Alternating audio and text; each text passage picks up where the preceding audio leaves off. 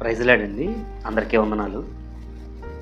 ఈ 2025 సంవత్సరంలో మనకు మనం క్వశ్చన్ వేసుకుంటే 2025 సంవత్సరంలో దేవుని దగ్గర మనం ఏం నేర్చుకున్నాం,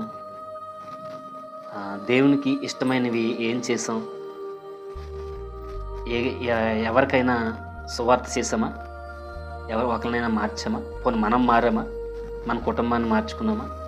ఈ 2025 సంవత్సరం కొద్ది రోజుల్లో వెళ్ళిపోతుంది కదా. ఈ సంవత్సరంలో దేవుడి దగ్గర మనం నూతనంగా ఏం నేర్చుకున్నాం, ఏం ఎదిగాం, ఏం సాధించాం? నూతనమైన సంవత్సరంలోకి వెళ్ళేటప్పుడు మనం ఎలా వెళ్తున్నాం అంటే ఏదో వెళ్ళిపోతున్నామంటే కదండి ప్రతి ఒక్కళ్ళు వేసుకోవాల్సిన క్వశ్చన్ ఇది. రేపొద్దున దేవుడి రాజ్యానికి వెళ్ళినప్పుడు దేవుడు అడుగుతారు కదా, నా కోసం నువ్వు సంపాదించిన ఆత్మలో నువ్వు చేసిన పని ఏదని అడుగుతారు. అడిగినప్పుడు చెప్పడానికి మన దగ్గర సమాధానం ఉండదు. అప్పుడు సమాధానం ఉండదు కాబట్టి ఇప్పుడే మనం క్వశ్చన్ వేసుకోవాలి మనకు మనం. యేసుక్రీస్తు ప్రభు వారు వాక్యపరంగా మాట్లాడారు కదండి, ప్రతివానికి వాని క్రియ చొప్పున నా దగ్గర ఇవ్వడానికి జీతం సిద్ధంగా ఉంది. మరి మనం పని చేస్తేనే కదా.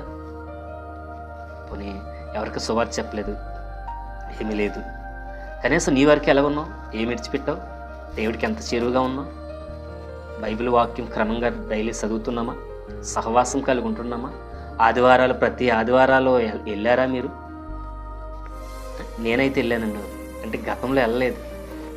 సంవత్సరం లాస్ట్కి వచ్చేసరికి మీలో సంవత్సరం అంతా వచ్చేసాను అన్న వాళ్ళు చేయొత్తుందంటే ఒకళ్ళిద్దరు ఎత్తారు, చాలామంది, కొంతమంది ఎత్తలేదు. ఆ ఎత్తన వాళ్ళు నేనున్నాను. ఒక వారం వెళ్ళలేదండి. ఆ ఒక్క వారం కూడా మారేడుమల్లి ఏజెన్సీ సువార్తకి వెళ్తే దారిలో వచ్చేటప్పుడు ఎక్కడైనా వర్షిప్ చేసుకుని వద్దాం అనుకుంటే కుదరలేదు. అది ఆ రోజు నేను వెళ్ళలేదు.